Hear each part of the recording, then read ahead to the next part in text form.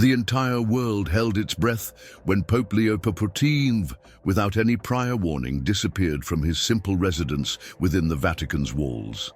No official statements were issued, no announcements echoed in St. Peter's Square, not even a whisper stirred through the cold corridors of the Curia.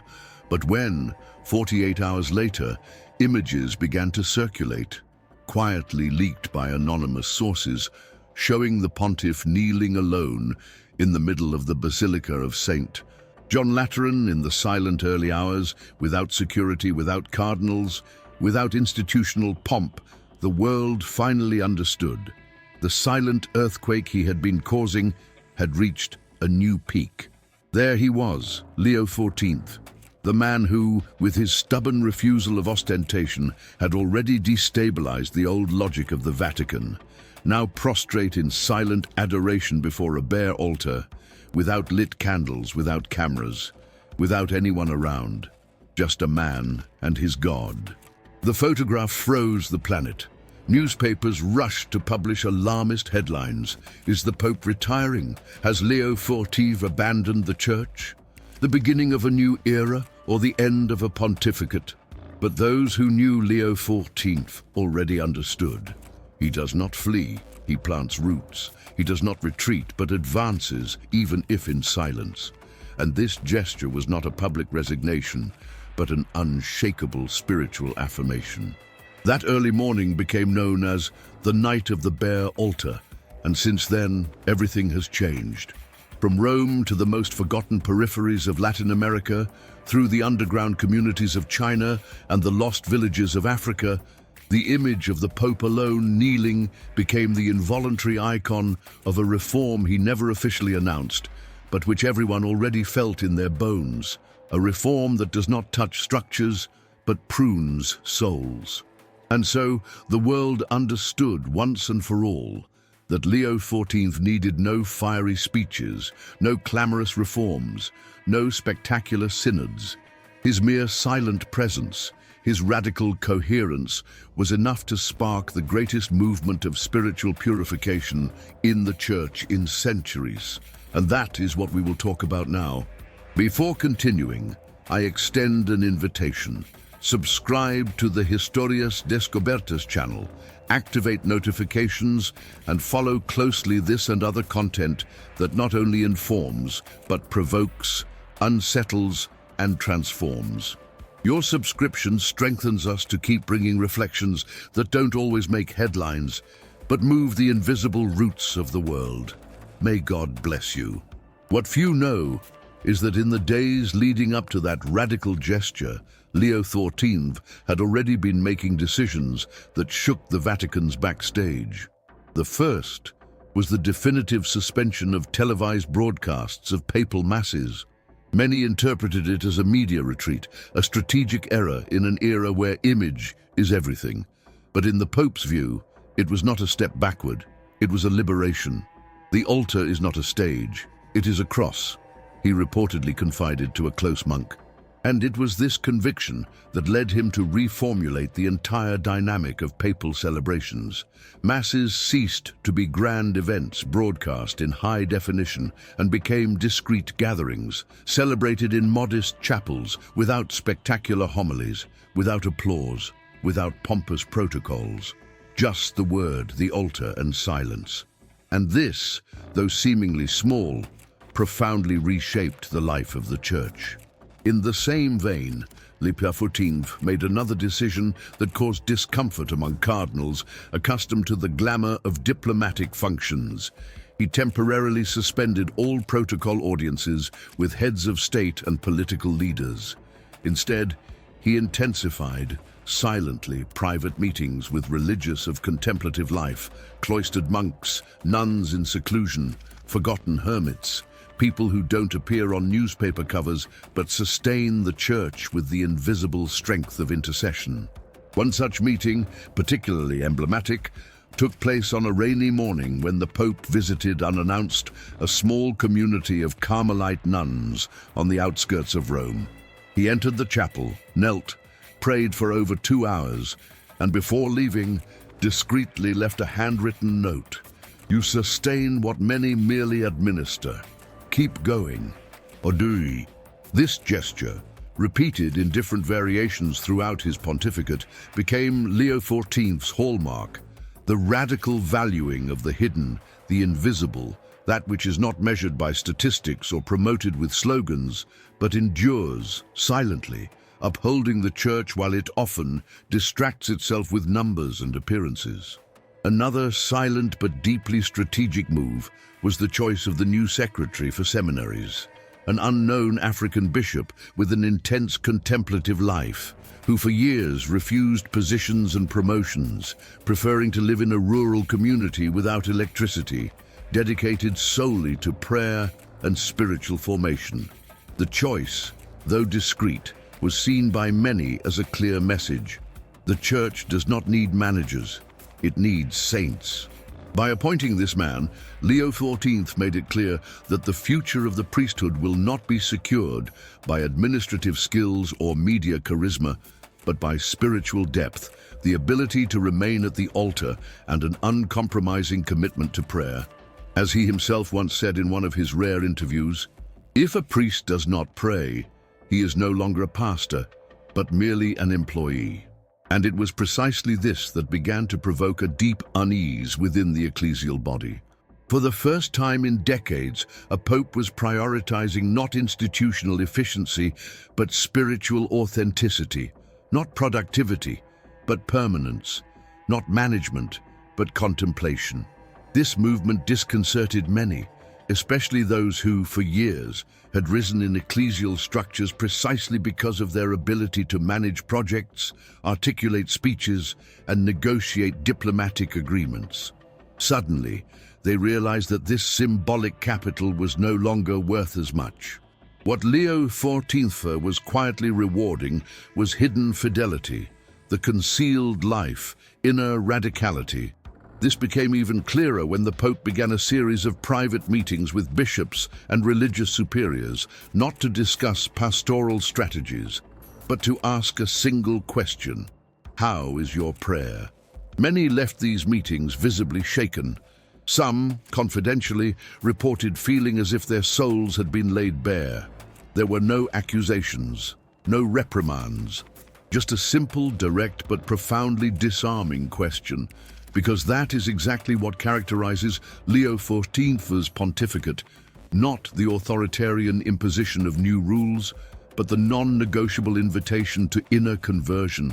And that is why he unsettles so much, because he does not threaten with harsh words or rigid decrees. He simply lives what he preaches. And when someone lives the gospel with such coherence, the world does not know how to react. It is like the wind described by Jesus in John 3. The wind blows where it wills. You hear its sound, but you cannot tell where it comes from or where it is going. So it is with everyone born of the Spirit. And in the Vatican, the wind is blowing with a force no one expected, not through spectacular reforms, but through small gestures that silently dismantle old logics and open new paths. The strength of these silent gestures began to spread like a hidden fire throughout the church, especially among those who for years lived on the spiritual and geographical peripheries of Catholicism. In forgotten communities, poor dioceses, monasteries tucked away in mountains, the figure of Leo XIV began to be seen not as a political reformer or an ecclesial strategist, but as what he truly is, a shepherd of souls.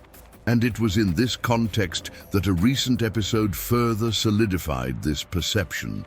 Without any official announcement, Leo XIV decided to suspend indefinitely all new canonizations. The gesture, though silent, caused a veritable seismic shock within the church.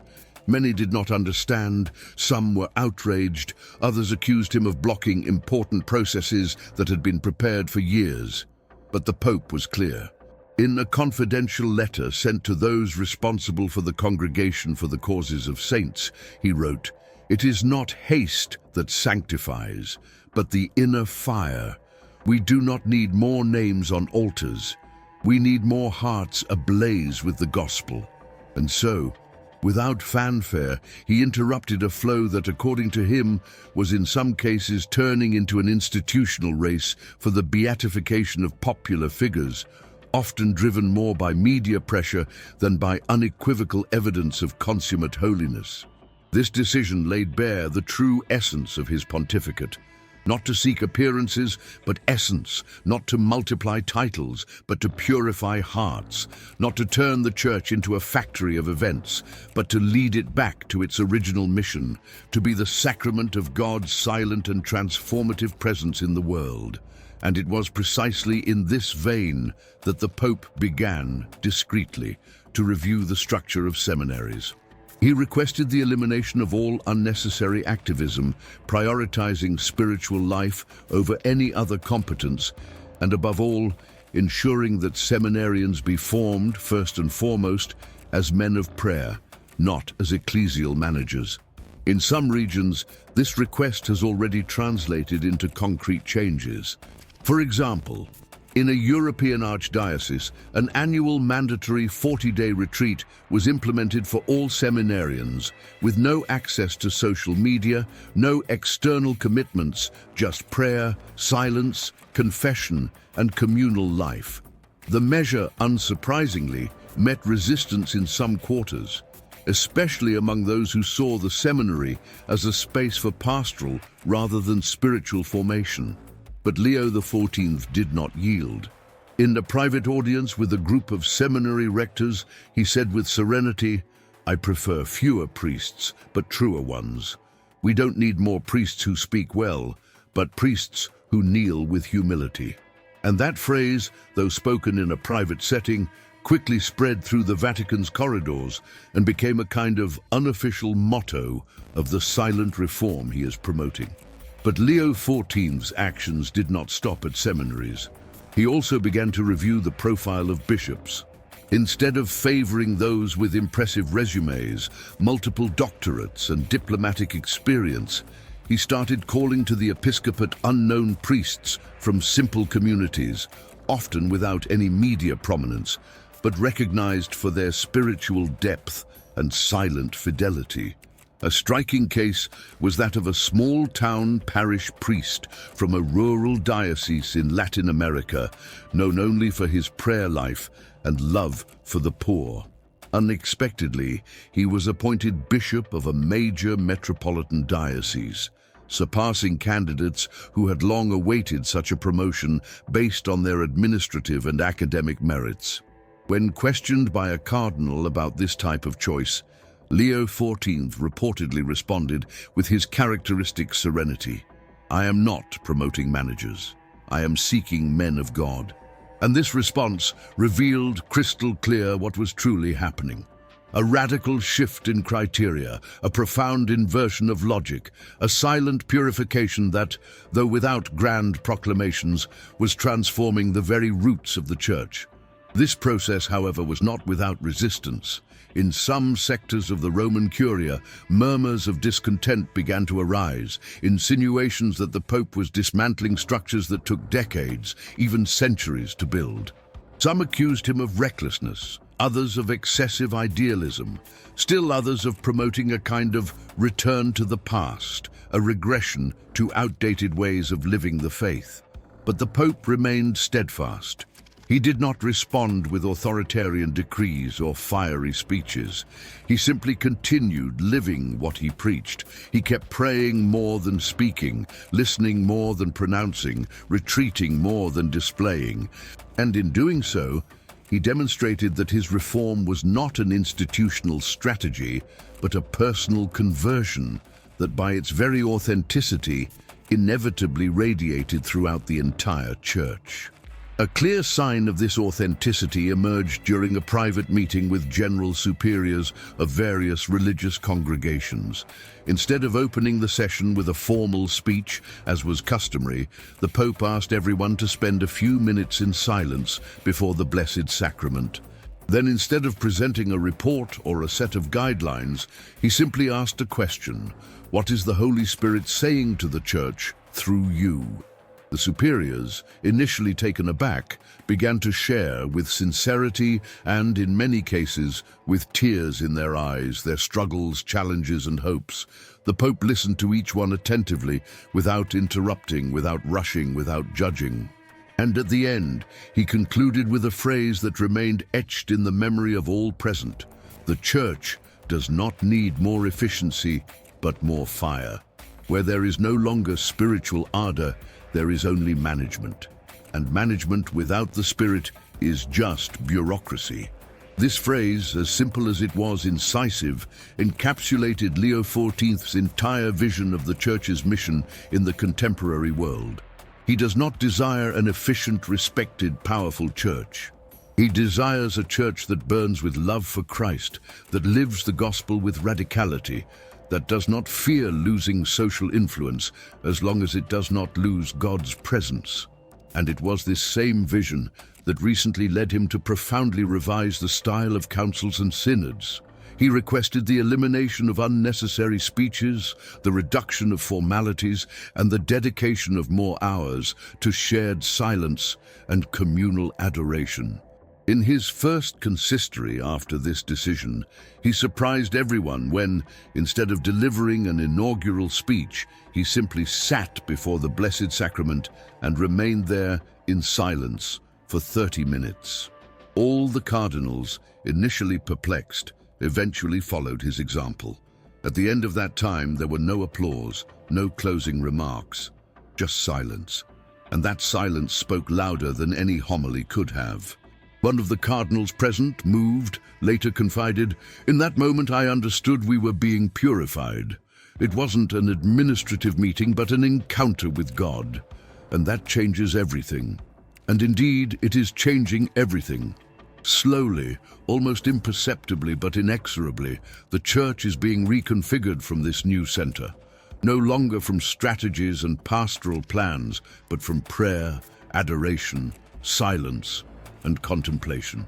Leo XIV does not want to be remembered as a great reformer of structures, but as a servant of the Church's soul, someone who dared to remind a world obsessed with visibility and efficiency that the essential is invisible, that the most important thing is not what we do, but what we are before God. And perhaps this is the key to understanding the silent yet irresistible magnitude of what is happening under Leo XIV's pontificate. He is not reforming the Church to make it more modern or more traditional. He is stripping it bare so that it may return to what in its purest essence it has always been: a community of worshippers, an assembly of redeemed sinners, a family gathered not around itself, but around the cross. This process, however, is not painless. On the contrary, in many parts of the Church, especially in its more institutionalized sectors, the discomfort is palpable. Some feel they are losing space, others lament the breaking of certain protocol traditions, and some fear that by abandoning the shine of grand events, the Church may become irrelevant on the global stage. But Leo XIV seems indifferent to these concerns, or rather, aware that they are legitimate, but not a priority. For him, what matters is not relevance, but fidelity. Not prestige, but presence. Not numbers, but authenticity. In one of his most emblematic meetings with young priests and religious, someone asked him what, in his view, was the greatest urgency for the Church today. And he, without hesitation, responded with that clarity that disarms and moves: to recover the fear of losing God. When it no longer pains us to drift away from him, then we are lost, even if we have perfect structures. This phrase, though spoken almost as a spiritual confidence, became a true programmatic synthesis of his pontificate, because that is exactly what he is promoting. Not an administrative reform, but a spiritual pruning. Not a reorganization of departments, but a reorientation of hearts. And in this process, many have already begun to respond, silently and deeply, to his call. In various dioceses around the world, bishops are reviewing their lifestyles, reducing their public agendas, reclaiming spaces for spiritual direction, and discreetly reinstating hours of communal Eucharistic adoration. In religious communities, abbesses and superiors are dedicating themselves to intensifying communal prayer, silence, and simplicity of life. And among the lay faithful, there is a growing movement of return to fundamental spiritual practices, frequent confession, more conscious participation in the Eucharist, and prayerful reading of Scripture. All this is happening without advertising campaigns, without marketing strategies, without institutional slogans. It is happening as God's things always do, silently, discreetly, but irreversibly. And it is precisely this absence of spectacle that makes what is happening all the more impressive. Because in a world obsessed with visibility and quick results, Leo XIV dares to propose a path that passes through the invisible, the small, the hidden, the silent. A path that does not promise applause but holiness, that does not guarantee success but fidelity, that does not produce immediate impact but eternal fruits. And that is why many have begun to call him the quietest earthquake in the history of the Church, because he is in fact shaking everything, but without shouting, without imposing, without destroying, simply by living with radical coherence what the gospel has always taught and what we so often have forgotten over the centuries. In one of his recent meditations with priests, Leo XIV was even more direct. He said, "The time for speaking is over. The time to bleed in silence for Christ has begun." There was no applause after that phrase. There was only silence, a heavy, dense, transformative silence, because everyone understood that it was not a metaphor, but a real, concrete, demanding invitation. And it is this invitation that is little by little destabilizing the old way of being church and establishing a new form of presence and mission. Less concerned with the number of events and more committed to the depth of adoration. Less seduced by management and more surrendered to grace. Less obsessed with prestige and more devoted to the simplicity of the gospel. And perhaps the clearest example of this new style was his recent decision to reformulate ecclesial language.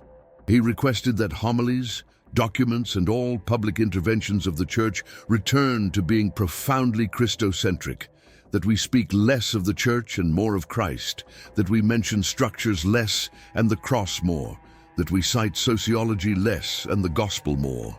And to set the example, he abolished final speeches in papal liturgies, requested that celebrations end in silence, without applause, and that the people of God depart not in euphoria, but in adoration. When questioned about this decision, he responded with his characteristic simplicity. "I don't want enthusiasm.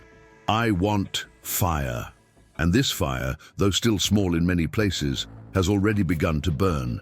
Because when a pope lives what he preaches, when he prays more than he speaks, when he loves more than he commands, then the heart of the Church inevitably begins to beat again, and that is what is happening now. The Church, so often scattered, so often exhausted, so often divided between opposing and sterile discourses, is beginning little by little to rediscover its center, its soul, its essence. And that center is none other than the crucified and risen Christ. That center is none other than the silent altar where the Pope, on that historic early morning, knelt alone before the entire world that, without fully understanding what it saw, could sense, even if intuitively, that something decisive was happening. Because indeed it is. This is not a passing trend, nor a temporary strategy. It is a true purification, a deep ecclesial conversion that will not be measured by statistics, but will be recognized by its fruits. More prayer, more adoration, more holiness, more fidelity. And that is precisely why, though some still resist, though others try to minimize, though many still have not fully understood, the movement initiated by Leo XIV is already irreversible. The Church is changing. Not because he decreed it, but because he witnessed it. Not because he ordered it, but because he lived it. Not because he reformed, but because he converted, and with that he is inviting all of us to do the same. And now, as the world still tries to comprehend the scope of this pontificate, as theologians and analysts attempt to classify it in outdated categories of conservative or progressive, those with spiritual eyes already know. Leo XIV did not come to adjust the church to the world, but to lead it back to the heart of God. And when a pope does that, when he dares to step down from the throne, to kneel before the altar, when he trades speeches for adoration, when he renounces privileges to embrace the cross, then everything inevitably begins to tremble. But not out of fear, not out of destruction. It trembles because something new is being born, something true, something eternal, the first love.